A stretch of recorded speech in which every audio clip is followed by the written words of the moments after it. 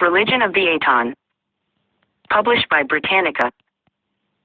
The religious tenets Akhenaten espoused in his worship of the Aton are not spelled out in detail anywhere. They must be reconstructed largely from the iconography of the temple reliefs and stelae that depict him with his deity and from the one lengthy religious text from Tel El Amarna, the Aton hymn, preserved in several of the private tombs.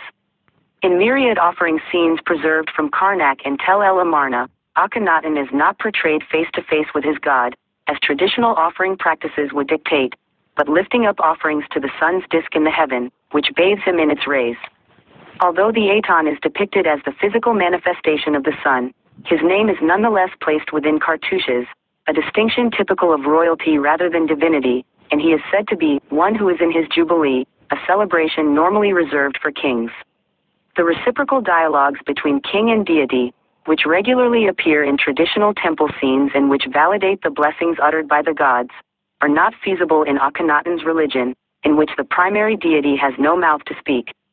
Temple texts are thus confined almost entirely to the names and titles of the Aton and those of Akhenaten and his family, who are often shown together on offering stelae from private villas.